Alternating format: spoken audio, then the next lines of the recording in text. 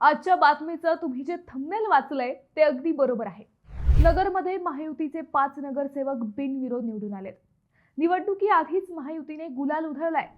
बरं, हे नुसतं नगरमध्येच घडलं असं नाही, तर राज्यात तब्बल 67 नगरसेवकांची बिनविरोध निवड झाली आहे। याच बिनविरोध निवडीवरून राजकारण तापलंय।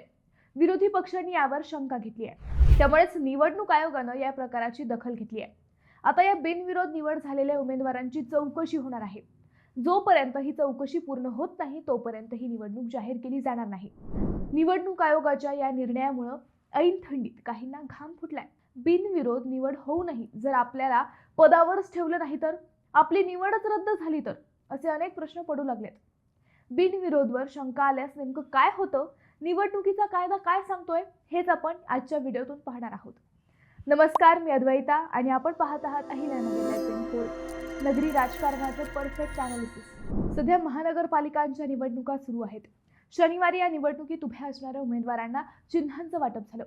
रविवारपासून प्रत्यक्ष प्रचारालाही सुरुवात झाली। येत्या 15 जानेवारीला मतदान व लगेच 16 जानेवारीला या निवडणुकीचा निकाल लागणार आहे। पण त्यापूर्वीच ही निवडणूक चर्चेत आली आहे। उमेदवारी माघारीच्या दिवशी म्हणजेच 2 जानेवारीला राज्यातील तब्बल 67 उमेदवार बिनविरोध निवडून आलेत। हा आकडा खूप मोठा आहे। आजपर्यंतच्या निवडणुकांच्या इतिहासातील तो ऐतिहासिक आहे। त्यामुळेच या 67 उमेदवारांची चर्चा झाली। विरोधी पक्षांनी या निवडीवर चर्चा सुरू केली, त्यावर शंका घेतली। त्यानंतर निवडणूक आयोगानेही त्यावर आपलं स्पष्ट मत व्यक्त केलं। विरोधी उमेदवारांवर दबाव, आमिष किंवा जबरदस्ती करून नामनिर्देशन मागे घेण्यास भाग पाडले गेले का, याची तपासणी आता होणार आहे। चौकशी पूर्ण होईपर्यंत बिनविरोध निवडीच्या विजयाची घोषणा केली जाणार नाही, अशी माहिती ही राज्य निवडणूक आयोगाने दिली आहे। त्यामुळे बिनविरोध निवड होऊनही उमेदवारांचं टेन्शन वाढलंय। आता कुठं कुठं बिनविरोध उमेदवार निवडले गेले ते आपण पाहू। कल्याण डोंबिवलीत महायुतीचे सर्वाधिक 22 उमेदवार बिनविरोध निवडून आलेत। त्यात भाजपच्या 15 तर शिवसेनेच्या 7 उमेदवारांचा समावेश आहे। जळगावमध्ये 12 जण बिनविरोध निवडून आलेत। त्यात भाजप आणि शिवसेनेचे प्रत्येकी 6 उमेदवारांचा समावेश आहे। भिवंडीत भाजपचे 6 तर शिवसेनेचे 2 असे 8 उमेदवार बिनविरोध विजयी झालेत। ठाण्यात शिवसेनेचे 7 उमेदवार बिनविरोध निवडून आलेत। पनवेलमध्ये भाजपचे 6 तर अपक्ष 1 असे 7 उमेदवार बिनविरोध निवडून आलेत। आपल्या अहिल्यानगरमध्ये भाजपचे 3 तर राष्ट्रवादी अजित पवार गटाचे 2 असे एकूण 5 उमेदवार विजयी झालेत। धुळ्यात भाजपचे 4 उमेदवार विजयी झालेत। पुण्यात आणि पिंपरी चिंचवडमध्येही भाजपचे प्रत्येकी 2 उमेदवार विजयी झालेत। मालेगावमध्ये इस्लामिक पार्टीचा 1 उमेदवार विजयी झालाय। आता कोणत्या पक्षाच्या किती जागा बिनविरोध झाल्या ते आपण पाहू। भाजपाचे 45 उमेदवार, शिवसेना शिंदे गटाचे 19 उमेदवार, राष्ट्रवादी काँग्रेस अजित पवार गटाचे 2 उमेदवार तर 1 उमेदवार बिनविरोध झालाय। आता कायदा काय सांगतो ते आपण एकदा पाहू। रिप्रेझेंटेशन ऑफ पीपल ऍक्ट 1951 म्हणजेच प्रतिनिधित्व कायदा 1951चा हा कायदा केंद्राचा मुख्य कायदा आहे। त्यानुसार लोकसभा आणि विधानसभा निवडणुका होतात।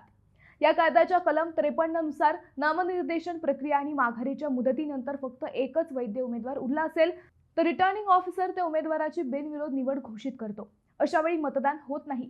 कलम 53(2) एकल उमेदवारासाठी आणि कलम 53(3) बहुसदस्यीय मतदारसंघासाठी आहे। हे नियम निवडणूक आचारसंहिता नियम 1961च्या नियम 11 अंतर्गत स्पर्धक उमेदवारांची यादी प्रसिद्ध करण्यास आणि बिनविरोध परिस्थितीत निकाल जाहीर करण्याची परवानगी देते।